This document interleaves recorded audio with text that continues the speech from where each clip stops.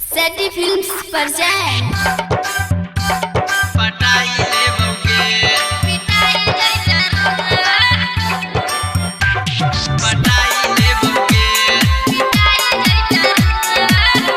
Recording by सेटी films Sitamarhi.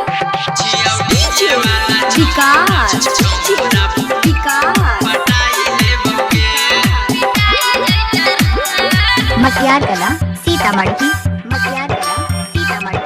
आई ले बौगे छौड़ी आई ले बौगे छौड़ी आई ले बौगे छियौ डीजे वाला छौरा पटाई ले बौगे छियौ डीजे वाला छौरा पटाई ले बौगे।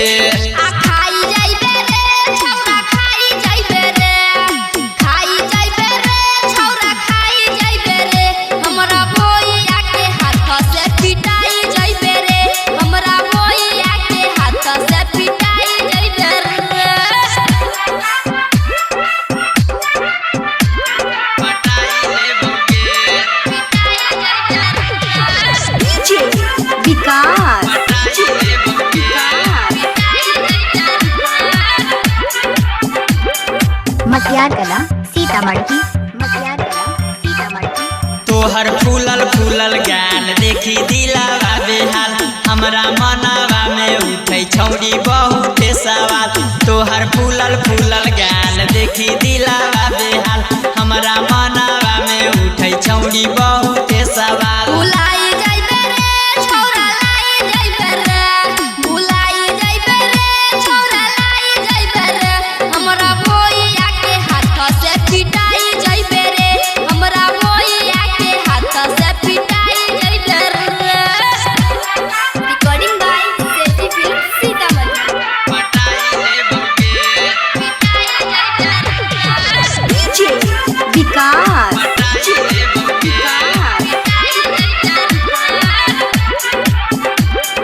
मक्यार कला सीतामढ़ी। तोहर 16 के उठान मारे दिला में तूफान भेलौ सेटिया दीवाना काहे बुझै छे न जान।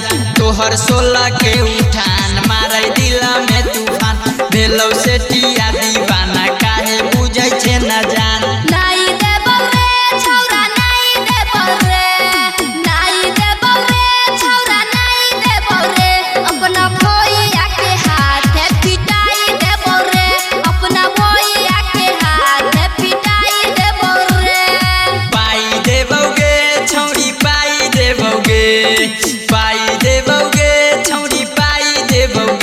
छियौ डीजे वाला छौरा पटाई देबौगे छियौ डीजे वाला छौरा पटाई देबौगे बुझले।